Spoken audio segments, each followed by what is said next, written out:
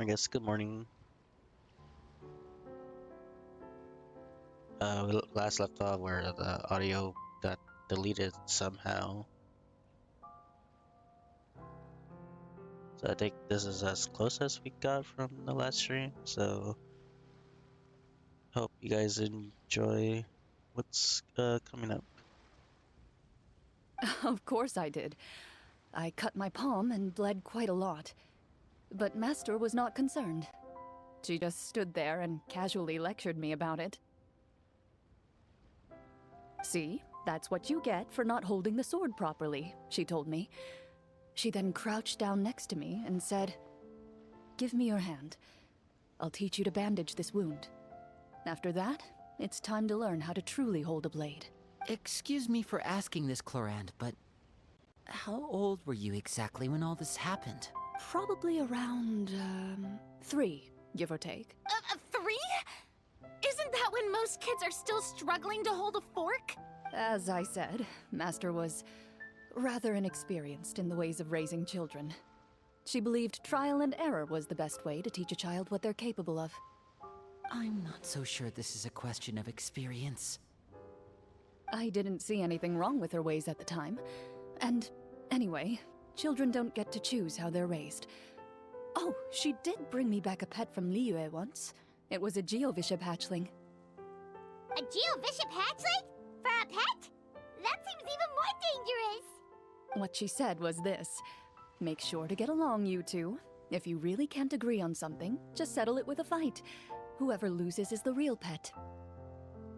Those Geo hit really hard. You guys remember from Gooba, from that was the Beetle Bug tournament. And how old were you when this happened? 5. Well, did you win? No, I lost. So, you're saying you actually became the Geovishap's pet? Yes, but only for a week. By the end of that week, I defeated it in combat, and we've shared a cordial relationship ever since. That really doesn't sound like the kind of childhood someone should have. Later on, I gradually understood that Master most likely didn't know any other way to raise a child.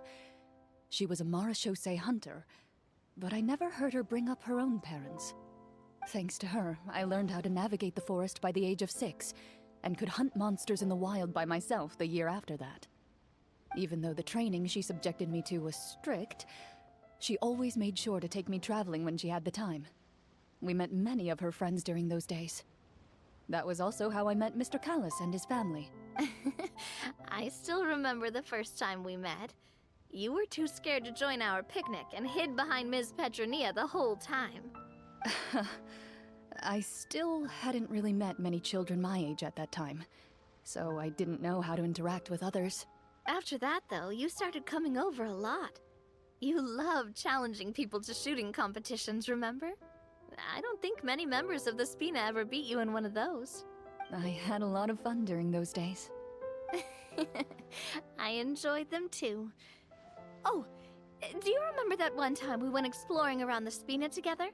We overheard Papa call your master Fontaine's Protector of Justice.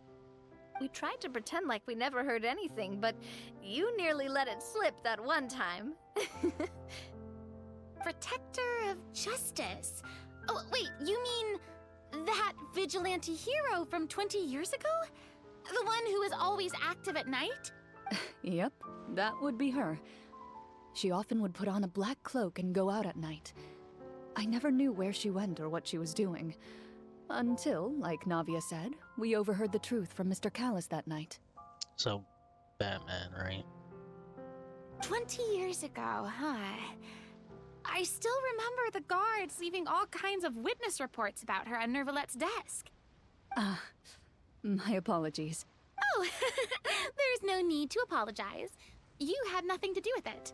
And anyway, everything she did was for a good cause. Although, calling herself the Protector of Order was a bit much. Especially when she deliberately operated outside the law. Huh? When did the Protector of Justice become the Protector of Order? Oh, she had a bunch of code names. I heard she would just come up with a name on the spot whenever she was asked. Later on, she probably got sick of answering those questions and decided to stick to just two.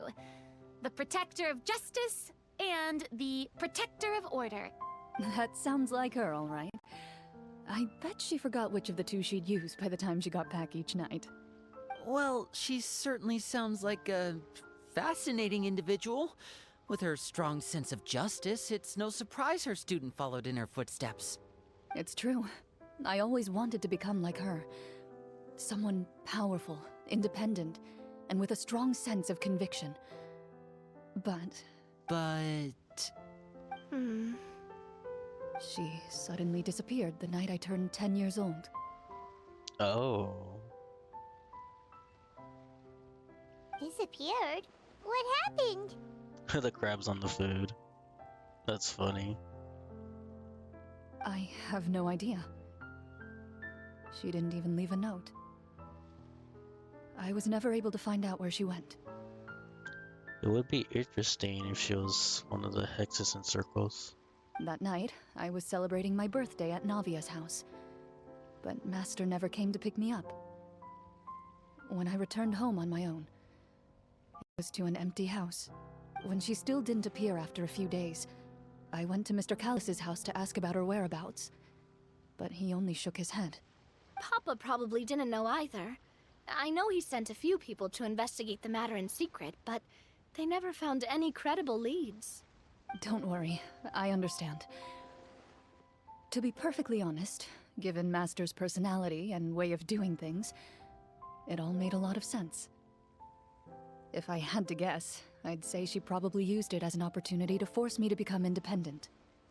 Just like how, when a litter of kittens reaches a certain age, the mother willingly leaves them behind. Were you upset, Clorinde? I was at first, but not anymore. I don't believe Master would suddenly disappear for no reason. There must have been something she just had to do. Well, despite everything, you still managed to follow in her footsteps and become the greatest champion duelist in all of Fontaine. You're practically a living symbol of law and justice.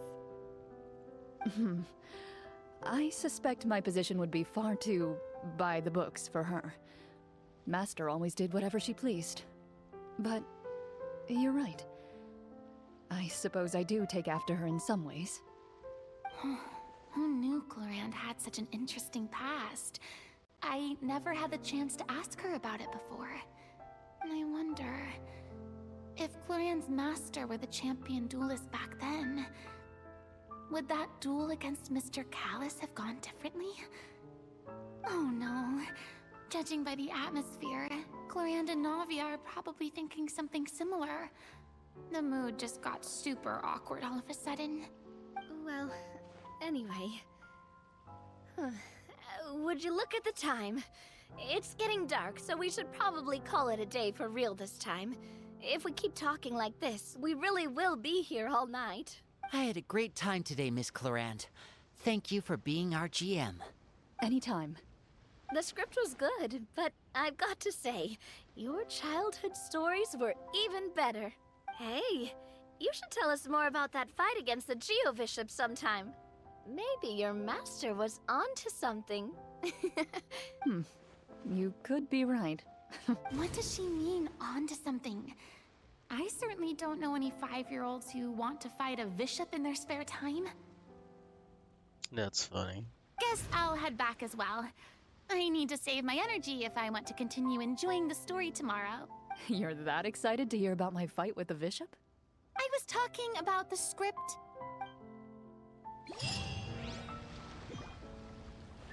Gimme.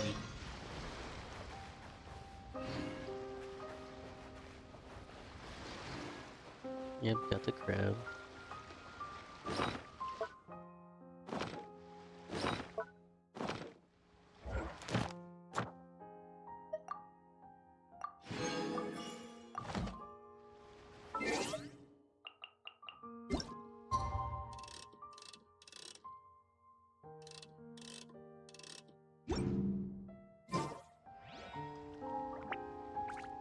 Oh, what has to be during the day?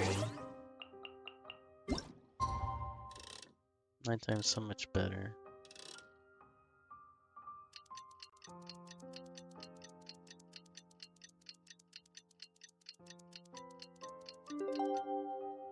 Let's go meet up with the group! Paimon's really looking forward to today's story.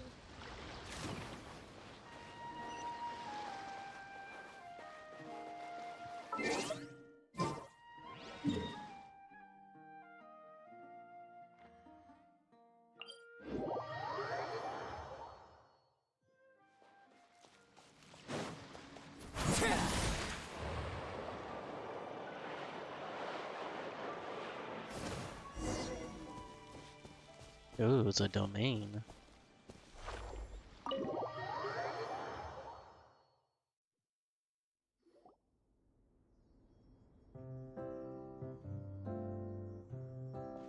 Looks like everyone's here. Now, before we begin, why don't we finish where we left off yesterday?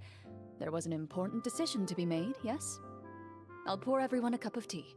Is that really the most important part, though, Clorinde? Paimon's more concerned about our current surroundings. Heavy walls, cold railings, dim lights. This is obviously supposed to be a prison.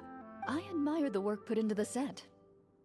Still, it's obvious the scriptwriter has never paid a visit to the fortress of Rapperia. So the set is going to be a part of the script? Unfortunately, that is something I can neither confirm nor deny. Anyone think Clorinde's smile is starting to look kinda scary? Well, whatever happens, we'll just have to push on. But first, we should really figure out what to do with this treasure. If we're worried about arousing suspicion because of our identity, why don't we give ourselves a different name, just like Clorinde's master did? Yeah, it might be better to keep a low profile. As long as we're helping people, it doesn't matter who we are or what we're called. Staring at me won't get you anywhere. Or did you want some more tea? No. Oh, Paimon's good. Thanks. Why aren't you saying anything, Navia? Wait, what's that next to you? Oh, this is the short sword Clorinde mentioned last night. I found it. Huh. I'm surprised you managed to track it down after all this time. Well, I made sure to take good care of it, considering the circumstances in which you gave it to me. Of course I had to keep it safe. Anyway, where were we? Oh, right. I was just thinking about all the potential ways for us to break out of prison. We could dig a tunnel, or try to bribe the guards. Wait, we haven't been thrown into prison yet, have we? Well, it's only a matter of time. It pays to be prepared. Just like how you should always have an umbrella on hand, even when it's sunny. Alright, Paimon's made up her mind. Let's just give the treasure away. Paimon may have wanted to keep it, but if it's going to land us in prison somehow, Paimon will be too upset to enjoy her snacks. Turns out Paimon cares more about snacks than treasure. So, you've reached an agreement? All right then, we can continue with the story. Oh, and we'll collect all the scattered pieces of treasure on the ground as well. All right. You collect the treasure and make your way back to the capital with your bag of loot in hand.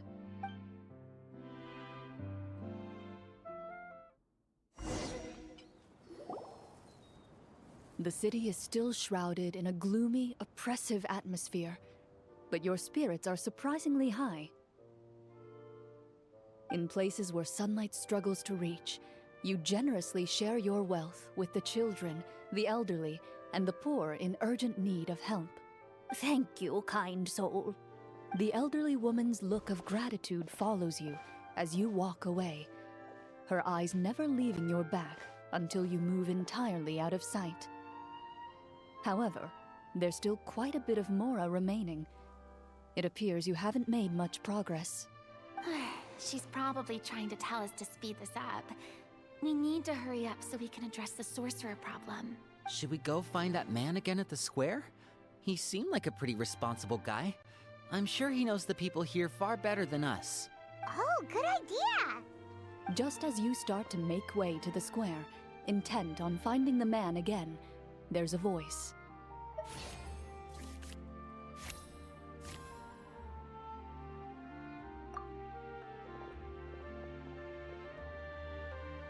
Please wait, distinguished guests. Several strange guards suddenly call out to you. They run forward to meet you and proceed to politely pay their respects. Greetings, gentlemen. Are we being invited for afternoon tea? Surely you jest, my lady. That would not be our place. It is His Excellency the King who requests to meet with you. Please come with us. It's definitely gonna be a trap. Maybe.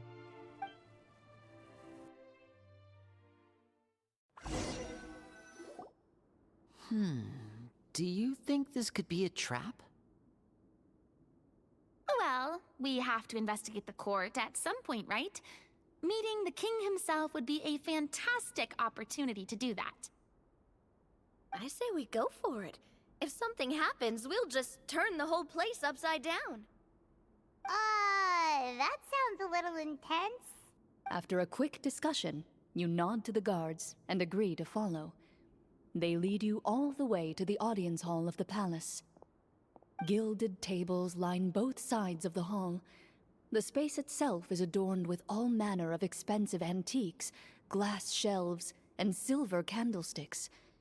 The items appear quite ordinary in size and dimension, yet their presence somehow makes the emptiness of the hall feel even more surreal and ominous. Wow, it's so luxurious. The traveler's expression. The elderly king, clad in a magnificent robe, sits upon the deep crimson throne before you. He wears above his head a majestic crown, with a gemstone the size of a bird's egg set right at the very front. As you observe it, you see a complex pattern of light reflect off its surface. They're here, Your Majesty. A man dressed in dark clothes, likely a minister, shields his mouth with his hands and bends down to whisper a few words to the king. After a moment, he lowers his hands and stands back up. His gaze shifts to fixate on your group, but he does not move from his place at the king's side. The king does not appear entirely aware of his surroundings. The man by his side, though, we should keep a close eye on him. The king remains still and says nothing. The minister is the one who speaks. Esteemed guests, allow me to thank you for coming to our faraway kingdom. Unfortunately, His Majesty the King finds himself quite exhausted from work. So please allow me, his Prime Minister, to welcome you in his stead. I've heard tell that your group, the Marechaussee Hunters, used your exceptional ability with the sword to repel the monsters near the capital. Such a great deed deserves to be rewarded. However, seeing that I was not fortunate enough to observe such a feat with my own eyes, you'll forgive me for seeking to verify the truth by speaking to you myself. Well, we've got nothing to hide. You brought us here to talk, right? So we'll just explain what happened.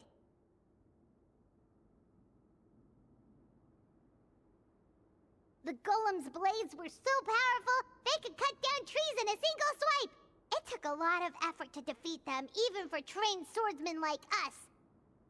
Well, that was enough details, right? Believe us now? Your account does indeed match those of the survivors. Since you were the ones who defeated the monsters, that must mean you are also in possession of the treasure they stole? Well, we did take the treasure, but... How did he know about the treasure? Then I must ask that you return it at once. It belongs to the kingdom. Wait, but didn't you just say that our great deed deserved a reward? Shouldn't the treasure be considered a part of that? Yes, that was indeed what I said. But you seem to have forgotten a very important distinction. Only that which is freely given by the king can be considered a reward. Taking the rightful wealth of a kingdom without said permission, on the other hand, is a crime. But that's completely unreasonable. Yeah, that makes no sense! If it weren't for us, the treasure would still be buried underground somewhere! Maybe so, yet the fact remains. You tried to dispose of the treasure without reporting it to the court and without receiving permission, yes? What? No answer? Surely you're not insinuating that you, a group of legendary Marachose hunters, sought to take the treasure for yourselves? Well, what about the king? Is he just gonna let this guy talk for him the whole time? Clad in his magnificent robe, the king remains seated, with his hands resting on either side of the throne. His posture is rigid and unmoving. He stares forward with an empty look in his eyes, completely unmoved by the events before him. Oh, he's like in a trance, probably. From the look of things, could the Prime Minister be the evil sorcerer? Or could both the King and the Prime Minister have fallen under the evil sorcerer's control? I would like to observe the number of guards stationed in the hall. The guards in the palace appear fully armed, their expressions solemn. Sensing the tense atmosphere in the room, they stand at the ready, each with a hand placed upon the hilt of their sword, as if prepared to draw their weapons and surround you at a moment's notice. Well, there goes my plan to turn the whole place upside down, I guess. It appears we've been visited by nothing more than a group of ill-intentioned imposters. What a pity. Guards, take them away and throw them in the dungeons. Before I decide your fate, however, I must first determine whether you have any accomplices outside the court. Can't we try to slip away? Or maybe start some kind of riot? But if we try to fight the guards right now... Don't worry. At least we figured out who's behind all this. Let's just play it by ear. If you're scared, Paimon, just hold my hand. You can hold my hand too. Aw, thanks, you guys. You allow yourself to be led away by guards surrounding you on both sides.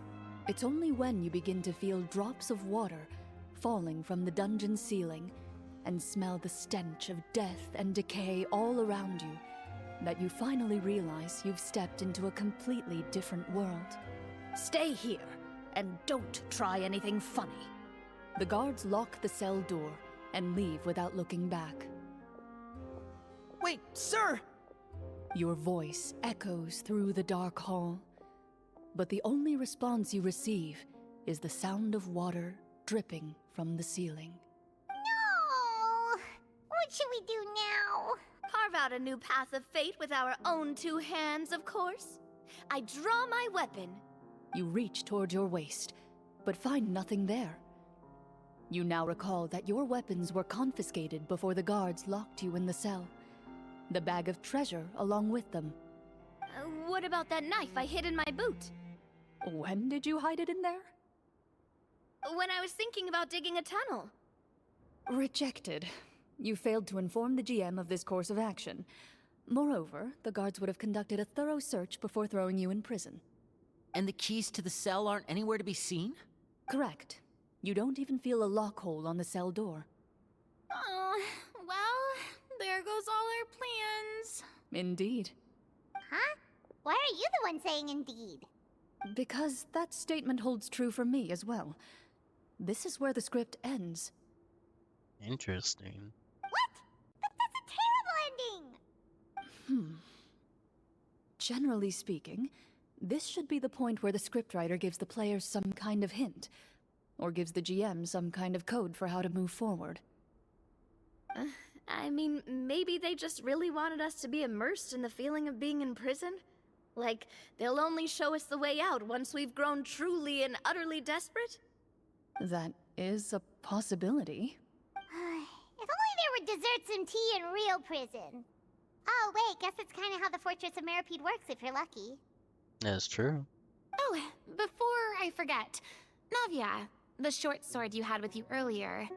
I took a closer look, and the craftsmanship doesn't appear to resemble anything from this era.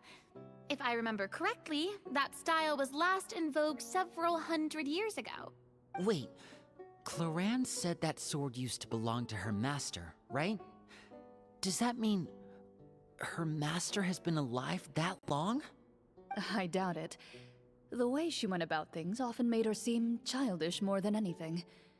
I'd say the sword was most likely an heirloom passed down over time. on. A precious heirloom passed down to you by your master. And you gave it to me just like that? You weren't worried I might lose it? Master left many things to me when she disappeared. There was the sword, an old key, and a good amount of junk she probably just didn't want to take with her. I gave you the sword back then, because I didn't want our friendship to end. No. Wait, when did this happen exactly? After the duel. Between Mr. Callis and myself. Awkward. Before that, Clorinde would have meals with us and even stay over at the Spina some days. She was on great terms with Papa as well. After the duel, though, there was a period of time where we simply didn't know how to face each other. She entrusted this sword to me, and never came back.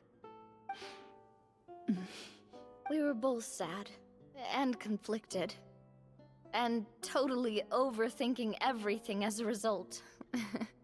Whenever I looked at this sword, I couldn't help but wonder if Miss Petronia had never introduced us to each other at that picnic. Maybe part of the sadness I was feeling could have been avoided. Back then, it felt like I hadn't just lost a father, but a close friend as well. No one can change the past. The most important thing is that you two found your way back to each other and can enjoy things like this together. Yep, you're right. I'm sorry, you two. I didn't mean to bring up any sad memories. Think nothing of it. No one here is at fault.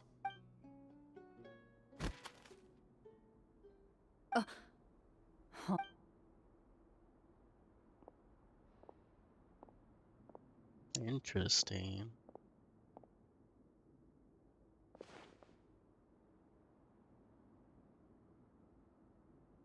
Oh, looks like the next part of our script is here.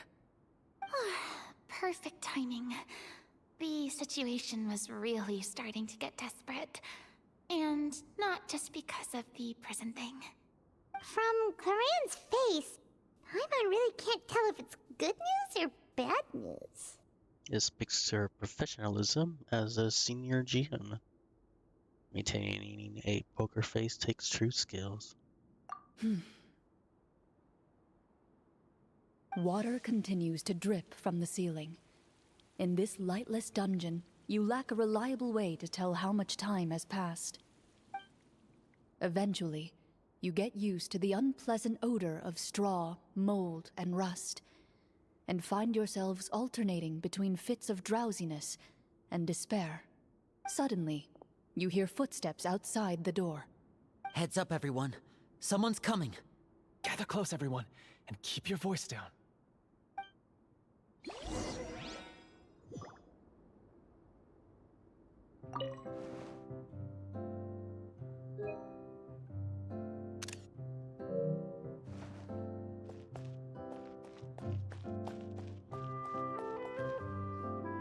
Who are you? I work as a guard in these dungeons, but my true identity is the same as your own.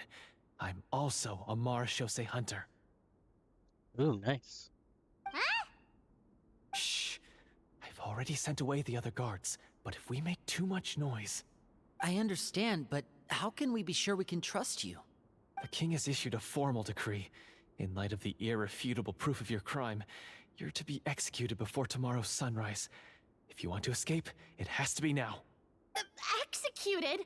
We barely did anything! Monsters appearing at the same location as the treasure. Could this entire thing have been a trap? There will be time for speculation once we're out of here. As for my identity, I have no way to prove that to you just yet. Infiltrating the capital was difficult, and finding a chance to speak with you has taken a lot out of me. I could go on, but I think we can all agree that now is not the time for details.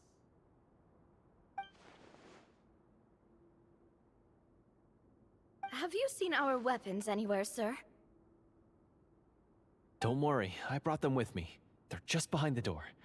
Still, these weapons alone won't be enough to defeat the true enemy behind the scenes. His faction is too powerful.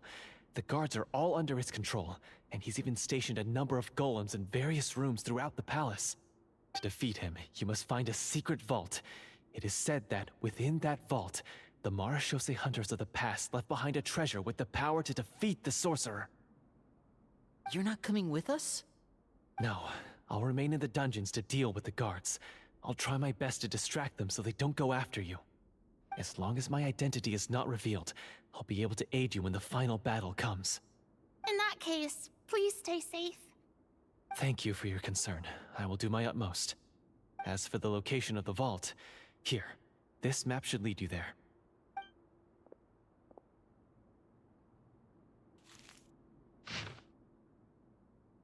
Oh, nice. Got it. All right, once I open the door, remember to stick close and refrain from making any noise. I'll lead you out of here as quickly as possible. You now have the chance to restore the honor and legacy of the Marechaussee hunters. So please, get out there and reclaim what's ours. And be sure to exercise caution. With the help of the guard, you successfully escape the dungeons. Your sense of despair and anxiety both seem to fade as you continue your quest.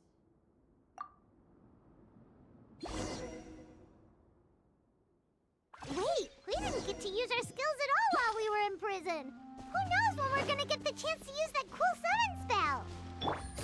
That is a pity, but we can only continue to move forward.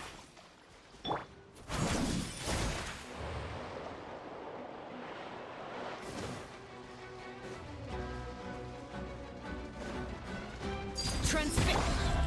Gather! Busted! Teamwork is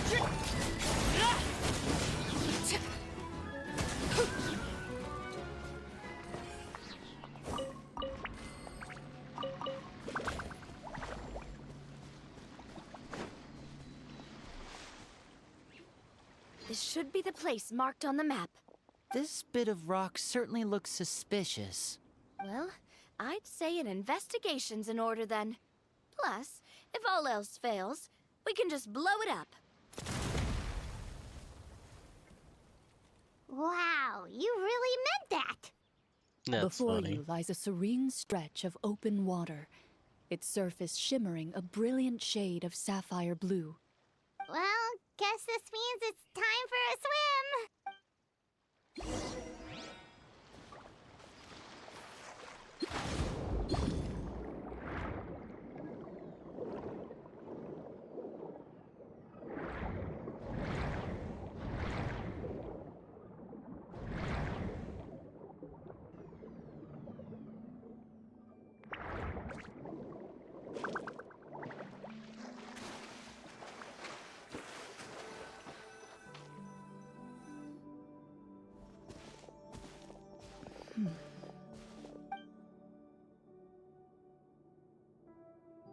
What's the matter?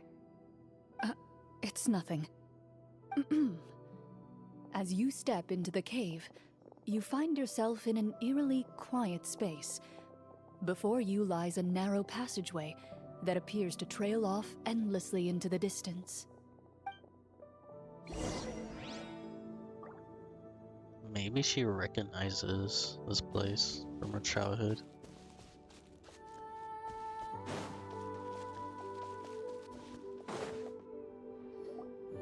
Wow, this must be where the treasure is hidden! But this door is blocking our way in. It almost looks like it's been here for quite some time.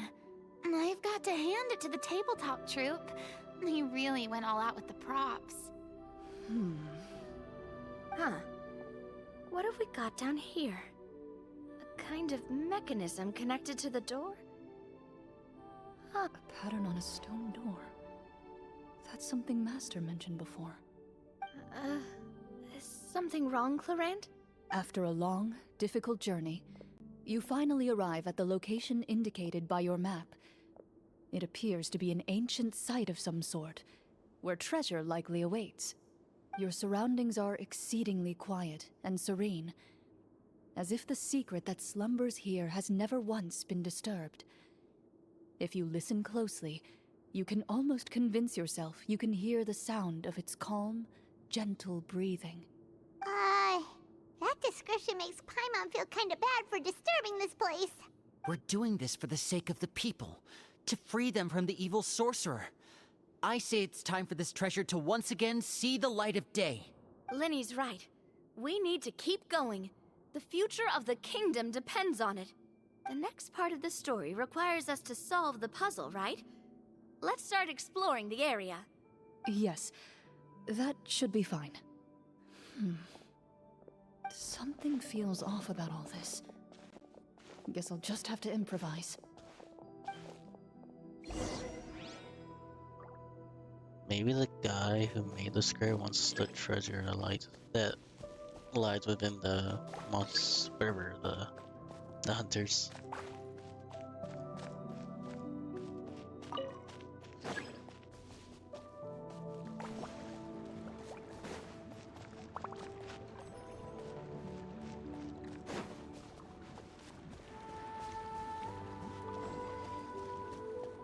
I found something! Found something here, too.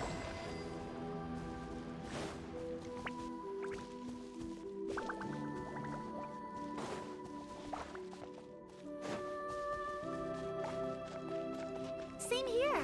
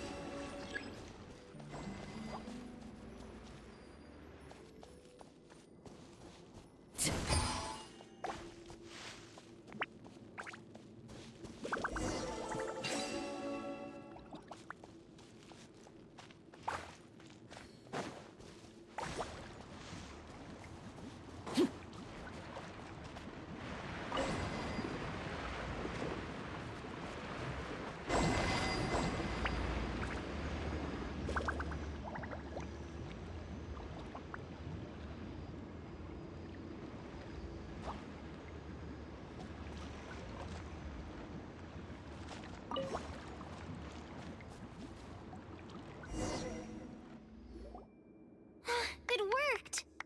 Something just appeared. Some kind of new mechanism, maybe?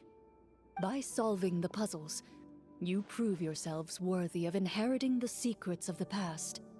At the end of each puzzle, you're rewarded with With? a key.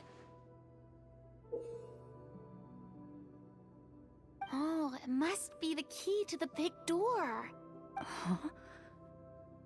This is one of the Marechaussee Hunter keys that are passed down from generation to generation.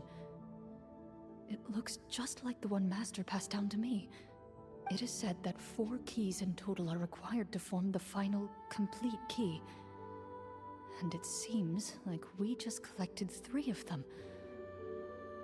That must mean... Huh? What's wrong? You hear a few strange noises. Suddenly, all the torches in the ruin go out at once. Huh? What's going on? For the sake of immersion, please close your eyes, everyone. Without the torches, the space is now completely dark, and you cannot see anything.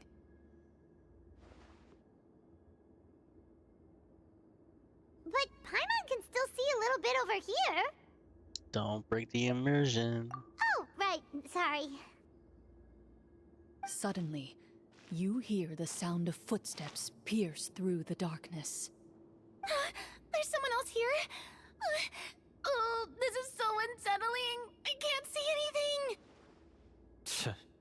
I've been discovered then. Wait, that voice, it's... You recognize the voice as belonging to the guard who led you to this place. It appears he now covets the treasure for himself, and has come to stake his claim. Oh, so this is just part of the script. Then I can probably relax. Well, if we can't see anything, that means we can't fight to the fullest of our abilities. Should we retreat for now? Judging by the way he's holding his sword, he must be a real Marechaussee hunter. But this isn't part of the script. Retreat? That's not the hunter way. If it's dark for us, then it's dark for him. We choose to fight. Your choice is noted. Please keep your eyes closed until I tell you the torches have been relit. This battle will be in the dark. You got it! Well then, let us begin. Interesting.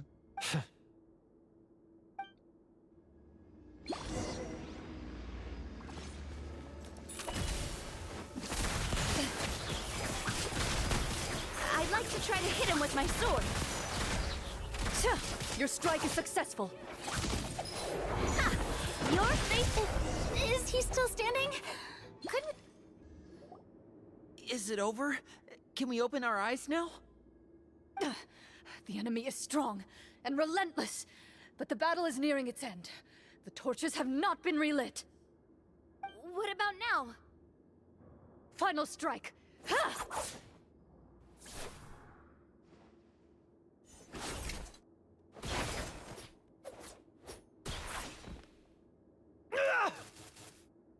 Oh, well, did we get him?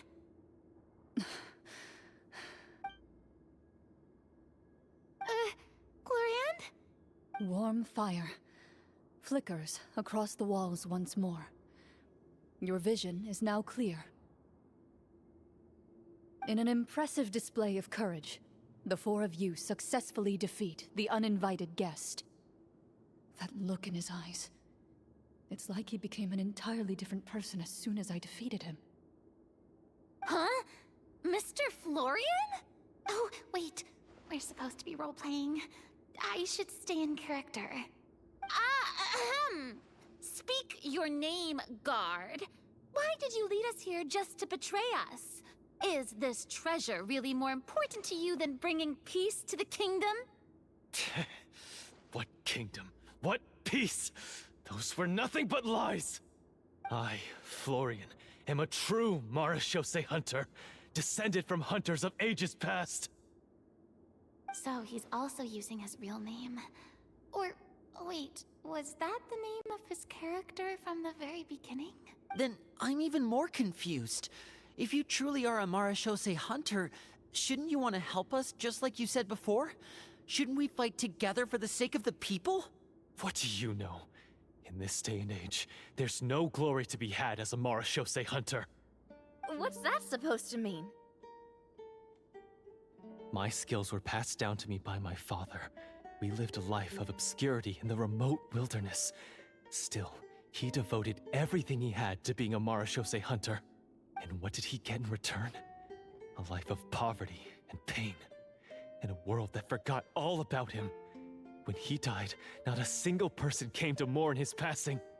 The Marechaussee hunters were the ones who saved this city. We're heroes! We deserved more recognition and respect than this! Is he talking about how no one in the capital seems to remember the hunters and their legacy? I didn't expect the script to contain this level of social criticism. So that's why you want to take the treasure for yourself? You feel like you're owed fame and wealth? If you already knew where the treasure was located, why didn't you just come down here and take it? Because I still needed the final key. Only a true Marechaussee hunter is capable of passing through this final door. I regret not letting the roleplay play out when I was fighting him. As someone who sought to hurt others for his own gain, Florian lost that right long ago. Okay, but what is this treasure anyway? We've got all the keys, right? So can we just go in and take a look? You're sure you want to go in? We've been talking about it for so long. Of course we want to see what's inside. And we've already defeated Florian, right? So he won't try to take it from us anymore. Pesky brats. Watch yourself. Then let's open the door together. All right. Your choice of action is confirmed.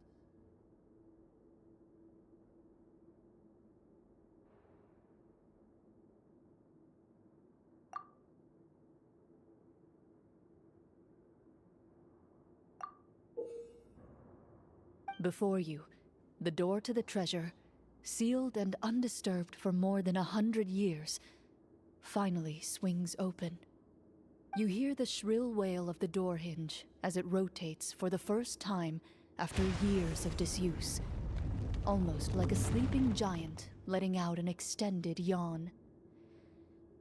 You get the impression that the secrets buried behind this door might be just as heavy as the sound you just heard. It's open! Come on, let's go in! Paimon wants to see what's inside! God damn it, Paimon. Ooh, me too!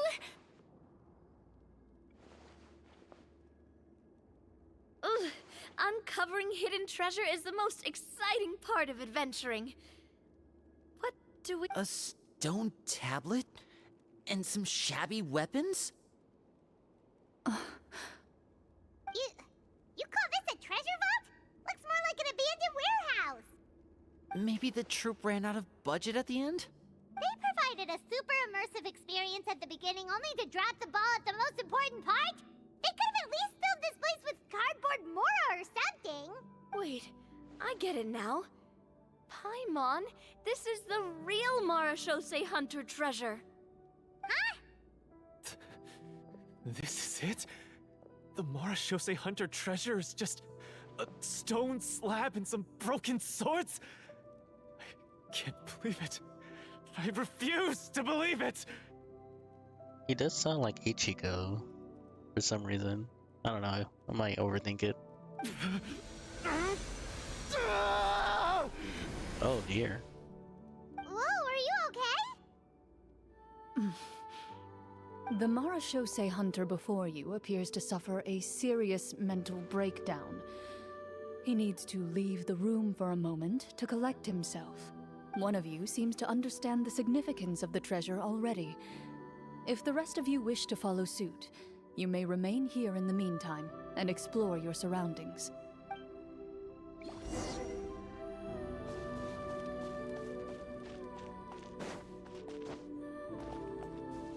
The old and broken weapons. I wanted to get the butterfly. Ugh, the names on the tablet.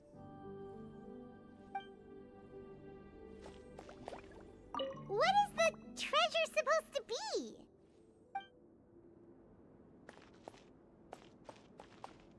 Walter.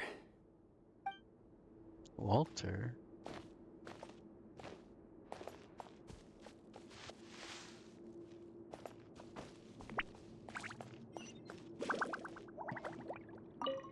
What is the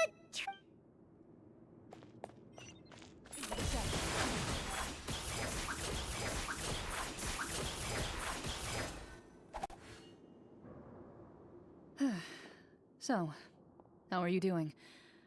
Feeling any better? What just happened? Do you remember how you got here? Or what happened to your body just now? I remember now. I brought you here because I wanted to... The explosives in the cave! You mean these? Huh? How did you... I could tell something was off the moment I stepped into this cave, so I kept an eye out. I've already dismantled the whole thing. So the strongest champion duelist in all of Fontaine saved the day once again. Guess I shouldn't be surprised. It would seem your skills as a Marachose hunter are as sharp as ever. I deserve some answers, don't you think? Tell me why you wanted to lure me here. Everything you said earlier sounded like the truth. Luckily, your monologue was dramatic enough to convince my friends you were just role-playing.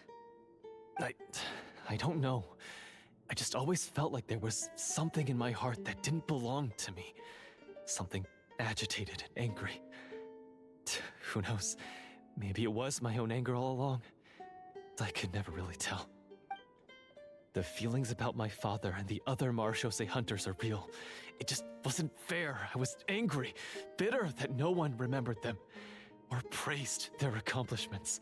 I don't know when it started, but at some point, my anger came to completely consume me. At that point, I remembered the legend my father used to tell me. The one about the treasure. But if the treasure was all you cared about, why plant all those explosives? Wouldn't they just destroy the treasure and bury you along with it? I can't remember. My head is a mess. It felt like there was this voice telling me to eliminate the hunters, but now it's gone. From your description, I suspect you were dealing with a Devorator. Devorator? Devorator? Oh, your master, your father, I mean, never talked about it? It was a kind of monster that was active several centuries ago. No, I've heard of it. I'm just not sure why you suddenly... Wait, it can't be. The seal! The seal? My family has served as Marachose hunters for many generations. But the title and swordsmanship weren't the only things passed down over our line. There was a seal as well. My father instructed me to always watch over that seal and maintain it regularly. He said it had been passed down over a truly ancient age, and protecting it was our clan's most important duty. But I neglected that duty after he died. I finally decided to come down and check on it one day, and that's where my memories become fuzzy. The Devorator would be a formidable adversary for any mortal being, even ones as capable as the Hunters.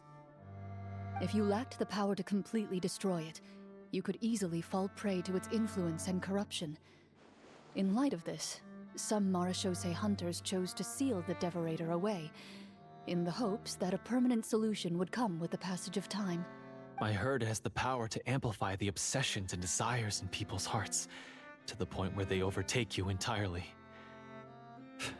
It would seem I'm not just lacking in skill with a blade, but in mental fortitude as well. And yet, you were able to retrieve 3 of the 4 keys. If I remember correctly, each was entrusted to a respected and capable hunter. How did you manage it? One of them belonged to my father. The second I stole from a different hunter. And the third... was one that I snatched while the person was on the way home from the tavern. I nearly died in that alley. I know just how strong you are. It's as clear as day to everyone in Fontaine. I observed you from dusk to dawn, but could never find any opportunity to sneak up on you. I never even saw you drink a single glass of liquor. Interesting, because he could have, like, poisoned her or put a sleeping agent. The only way I could think to obtain that last key was to lure you here using your hobby, and then... Oh, I get it now. That monster, it wanted to bury you here alongside the treasure. I won't comment on anything else, but the script was good. Well, I did pour my heart and soul into it. The stories my father used to tell me about the glory of the heroic Marachose hunters, and how they came to be forgotten. It's more than just a story. Huh? You're proud to be a hunter. You're still holding onto that part of yourself, no matter how small. I have done so many despicable things. I have nothing to be proud of. Then explain the purpose of the evil sorcerer in your story. Isn't he the true antagonist? The one who sought nothing but his own gain, and used the people as pawns to attain it? In your heart of hearts, he was the one you truly wanted to defeat. But I've already tainted my sword. I no longer have any right to... Wake up, Florian. Remember how you introduced yourself earlier. Do you really think the hunters acted out of a desire for honor and glory? Or to be loved and acknowledged by the people? What did your father teach you about our order? You do not wield your sword for yourself, but to protect those you serve. There's nothing special about a blade. It's the intentions of the wielder that matter above all else. Do you still not understand? Even after seeing the treasure for yourself? The contents of that room, they represent the true legacy the hunters left behind. You're right. I am a Marachose hunter. It's time for me to redeem, no, to finally serve the people I vowed to protect all along. I wouldn't be so quick to push aside the need for redemption. I know. That's a charge I won't bother to defend myself against. Good. Then, come with me, and help me see the script through to the end. Huh? See the script through to the end? But there's no more script left. Never finished it, huh? No, I mean, I wrote the script with the sole purpose of luring you all here. There was no reason to write beyond this point. Then we'll just have to keep writing it. The evil sorcerer still needs to be defeated. You mean the Devorator? Are you saying I have to make up the rest of the script as we go along? Is that really so hard? You've already written most of it. Surely you can write an ending where the hunters win and justice prevails. I'll be there to help you too. You aren't afraid your party will fall into danger? I know what my friends are capable of, and they're all quite skilled. Besides, I need their help. Then, are you going to tell them the truth about all this? I don't intend to spoil the fun. Sometimes, protecting dreams and fantasies is more important than exposing the truth. Don't you think? Ready.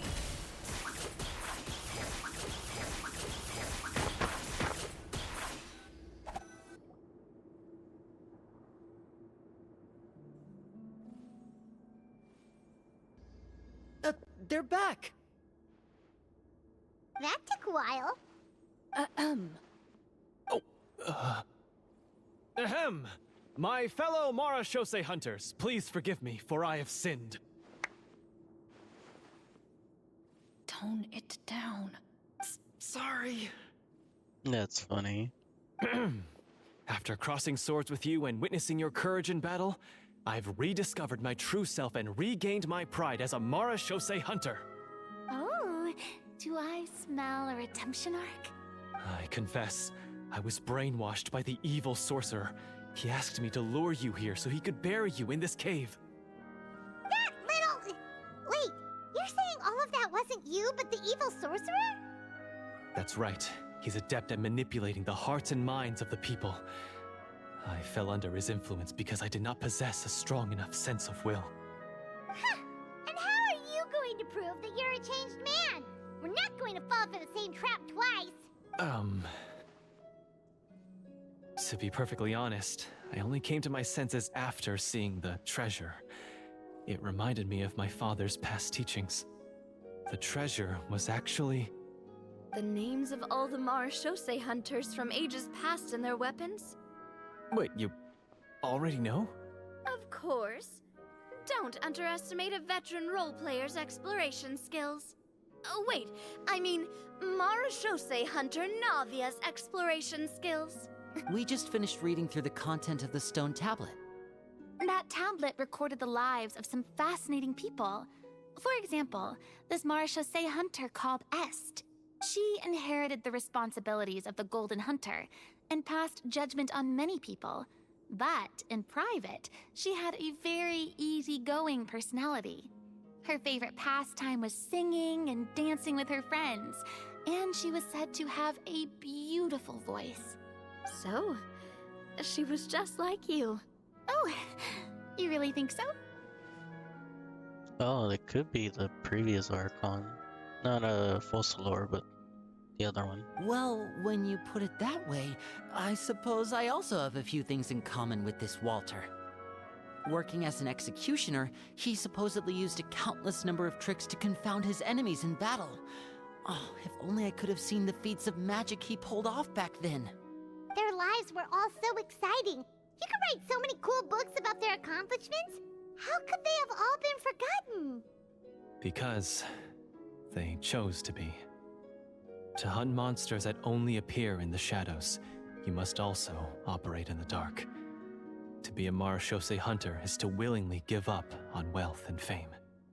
Then this stone tablet must have been left behind by their companions. That's right. Few Marashose hunters ever revealed their identity to the public. They always protected the city from the shadows. The only time they spoke of their accomplishments would be at night, when they gathered with their fellow hunters in front of the bonfire to share stories of the monsters slain by their hand. So, this tablet was created not so that the hunters would be remembered by the people, but so that they would be remembered by each other. No wonder this place was so well hidden. You regard the stone tablet in solemn silence. The names of your comrades etched onto its surface serve as a reminder that you are never truly alone.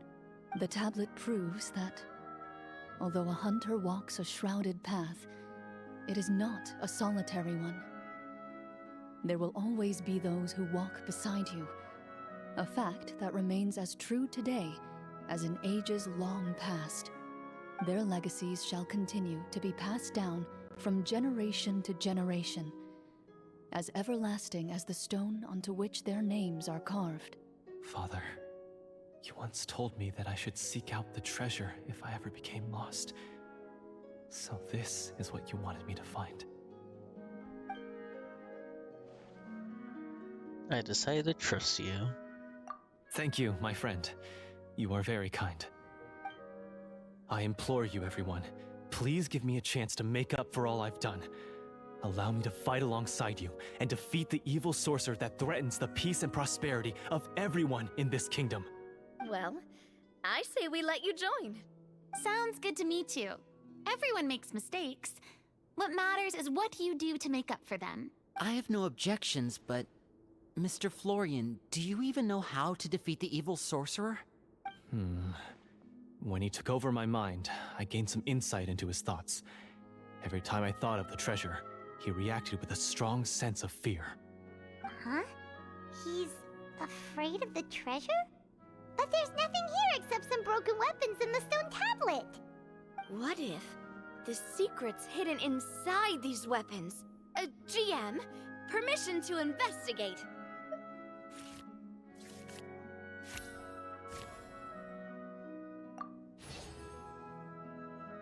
At first glance, the weapons appear absolutely ordinary. But as you observe them, you notice a faint energy emanating from within. These blades have slain countless monsters. Though it's been a long time since they were used in battle, their edges remain sharp, as if they're simply waiting for the next worthy hunter to carry on their legacy. So basically take these with us, right? I'll take this weapon, since it used to belong to Est. Maybe it'll find comfort in being held by someone who appreciates the arts. Good idea. I'll take Mr. Walter's bow then, from one archer-magician to another. Paimon's gonna pick a cool weapon too!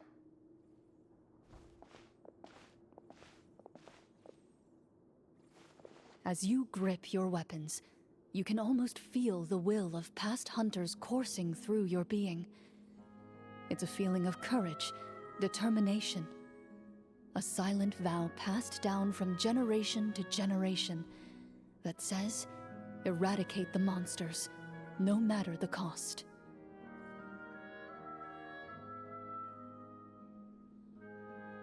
Mr. Florian, do you know where to find the evil sorcerer? I was able to see his surroundings when our minds were connected. I believe he's currently hiding out at the church in the kingdom. We must be extremely careful. He's spent so long living among monsters that he's now taken the form of one. He will not be easily defeated. Then why don't we explore some more and try to find some higher level gear? We don't want to just fight him and lose, right? No, we have to strike now. He was greatly weakened when I managed to break out of his control. If we let him rest, he might have time to escape. I agree with Mr. Florian. We've got to act while we have the advantage. Don't forget, the people of the capital are counting on us. Yeah, now that we've got a plan, there's no point in waiting. The longer this drags on, the worse it will be for everybody. Yes, that's what's called... Taking the initiative. Yes, that's exactly right. Alright, you've persuaded Paimon. Mr. Florian, please, lead the way. Of course. Follow me.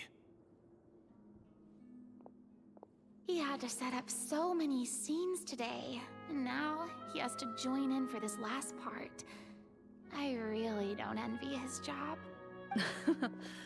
Finally, you decide to slay the evil sorcerer and bring peace back to the kingdom once and for all. As you walk away, you feel the gaze of the stone tablet at your back, as if all the hunters of the past are wishing you success in the battle ahead and awaiting your triumphant return.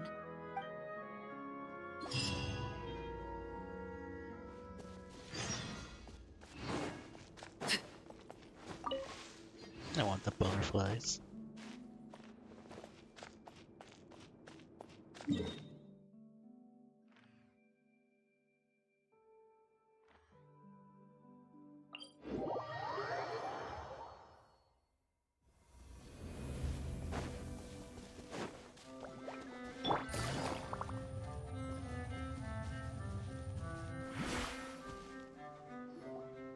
Finally, you arrive at the church Florian described. As you approach, an ominous aura surrounds you. You get the sense that your enemy is close at hand. How strange. This uneasy feeling seems so real. How did they manage that? Now, it is time for the final battle. Let's go!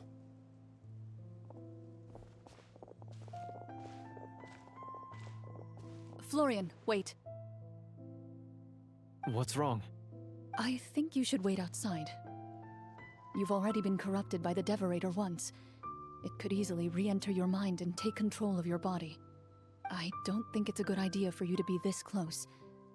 If it corrupts you again, it's possible you might take on a new form entirely. That's exactly why I have to go. Why I should be at the very front. You mean... Yes. I intend to lure it into my body. That's too risky. If things get out of hand, I might have to kill you. Do you understand how dangerous this is? I understand, but if I do this, you'll have a clear and visible target. The Devorator will have a hard time passing up a chance to enter a body it knows how to control. You won't have to worry about any of your friends being taken over. You're not like me, Miss Clorinde. You're a just and powerful Marechaussee hunter. The monster broke free due to my error. It's only right that I shoulder the responsibility for its destruction. This is... something that I have to do. Consider it a duel to restore my honor. My only request is that you give it your all. I understand. Then, as a champion duelist, I hereby accept your request for a duel, and extend to you my most sincere regards. Thank you. The battle is now upon us. Let the Devorator once again tremble under the blade of the Marechaussee hunters.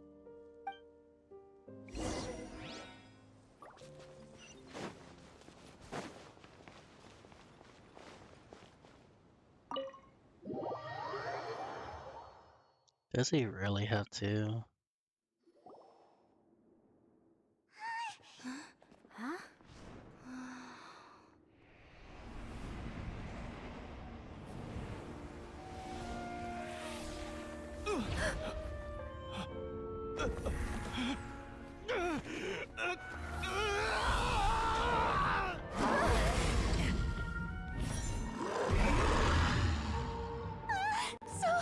So lifelike.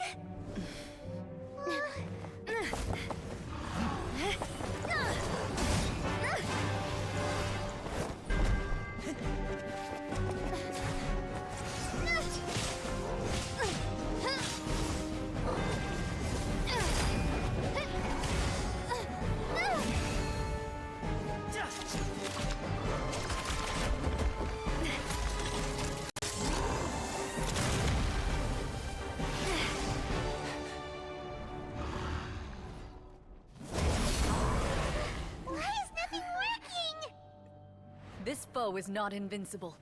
You hold the treasure. The power to defeat it in your own two hands.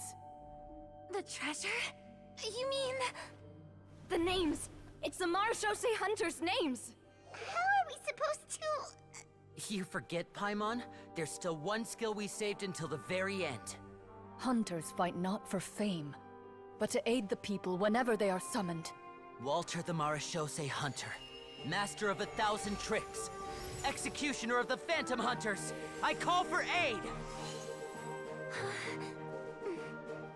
Est, the Marchose Hunter, inheritor of Cassiodor's will, judge of the Shadow Hunters. Answer my call!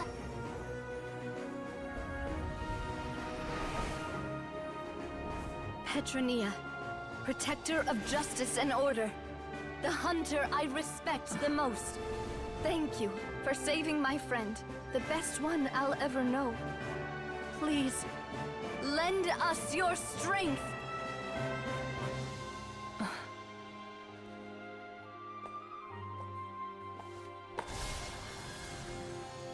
We have come to answer your summons.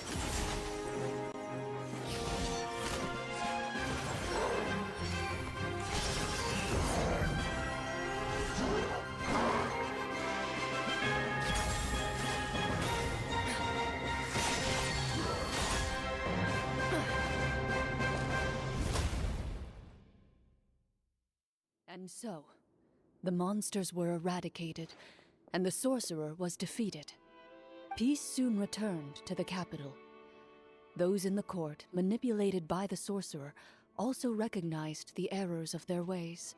Some remembered the names of the heroes who saved their kingdom, but others simply continued their lives none the wiser. Such is the story of the Marechaussee Hunters. They pursue the phantoms in the darkness and exterminate all who pose a threat. They will always protect the city and those within it, even should all memory of their accomplishments be forgotten by the very people they serve. I am assuming we've finally reached the end of the script. Yes, you've reached one of the better endings.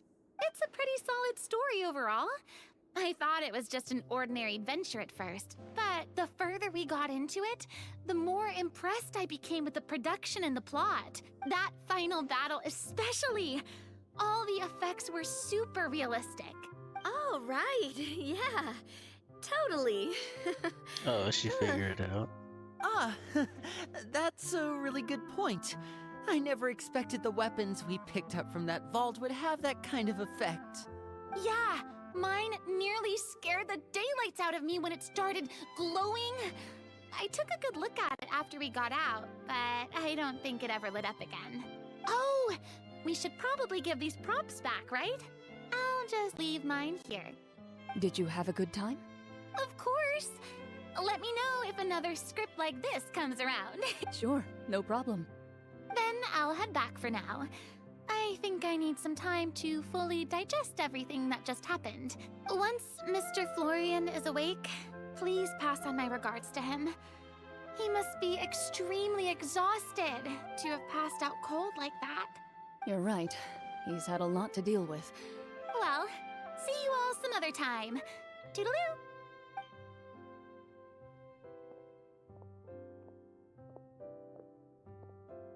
Okay, so, can I ask now? I think it should be fine, yeah. What in the world was going on back there? So you saw through all of that? That time in the cave when you told us to close our eyes, it'd be weirder if we didn't notice anything. I was dying of curiosity the entire time. I mean, you did a pretty bang-up job of pretending nothing had gone wrong. Farina actually looked like she thought all of it was planned. Guess none of us wanted to be the one to break the illusion. What are you all talking about? I was just playing along too. Oh, wait. Don't tell me you never... Ugh, this is all my fault. It's not too late to cover your ears. Here, partner, I'll do it for you. Bit late for that, don't you think? You're saying everything that happened back there wasn't actually part of the script? It's probably more accurate to say this was never a real scripted story to begin with. What? So loud. My head. Oh, glad he's still alive. Hey, you! Get up right now and explain yourself! Aw, Paimon. No shaking, please! Oh, my head. Did Paimon just hear that right? You guys made up that whole last part on the spot? It's not nice to lie to people, but Paimon's got to admit that was a really good story, Florian. Oh, and nice improvisation, Clorinde! Yeah, it was like watching a magician improvise a spectacular magic trick after forgetting an important prop. If Paimon knew something was wrong with that vault, she would have floated straight in the opposite direction. Everything was under control. As if you've ever described a situation as being out of control. I'm pretty sure any situation you consider to be easy to handle would scare a reasonable person half to death. Guess I'm just used to it. You must run into a lot of unexpected situations then. That explains why you're so good at coming up with things on the spot. As for you, Florian, I know there's no excuse for what I did. I'll turn myself into the guards at once, confess my crimes, and accept any punishment that comes my way. I would say you've already suffered more than enough. What? You may have been blinded by fame and fortune in the beginning, but your actions during the final battle had proven you to be a true Marechaussee hunter. You'll be far more used to the city above ground than below. Your job as a hunter is more important. But... Of course, you'll still need to take the keys and pay a personal visit to the 2 hunters you wronged. Prepare to accept any terms they give you as well. Yes, of course. As far as I'm concerned, though, your showing in the duel was enough to prove your honor. Then I'll do exactly as you said. I'll go return those 2 keys right now. Thank you so much, everyone. I'll do my best to prove myself worthy of the second chance you've given me. I swear this on my name and honor as a Marechaussee hunter. Until we meet again, everyone.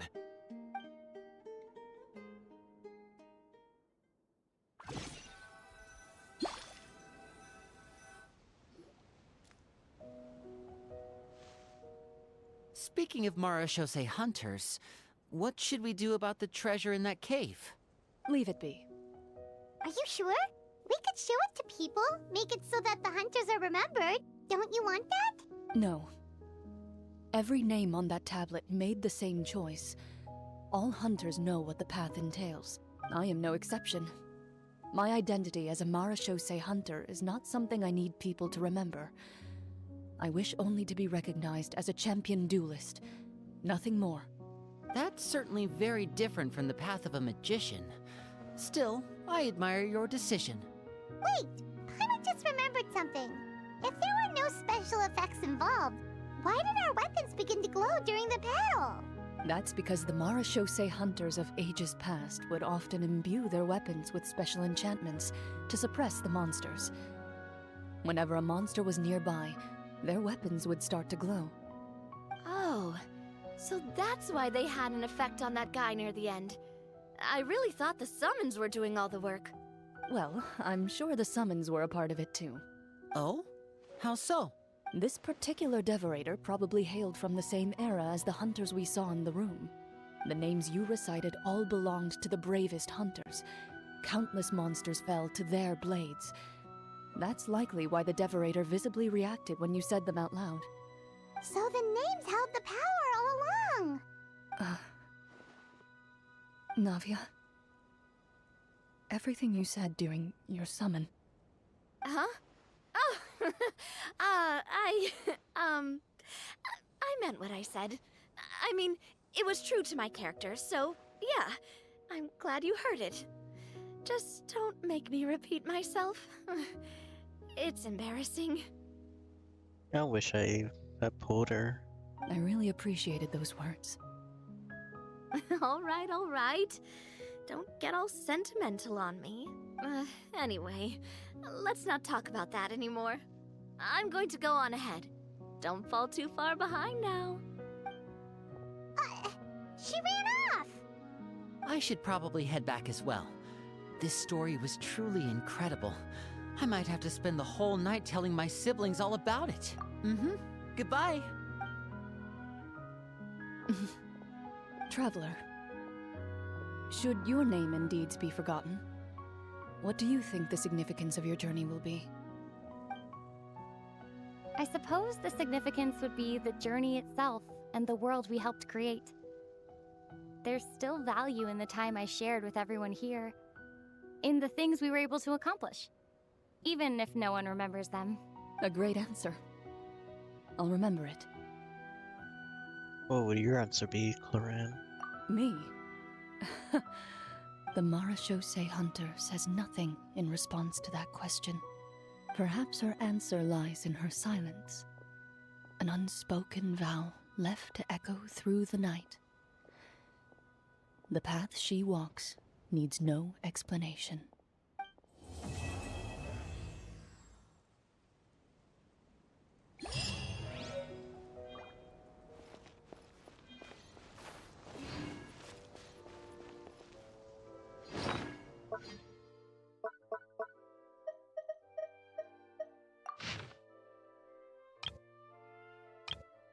Oh, that's so cool.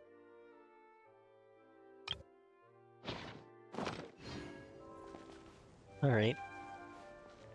Thank you guys for, or I guess anyone watching after the stream. And until next time, I'll see you guys later. Bye.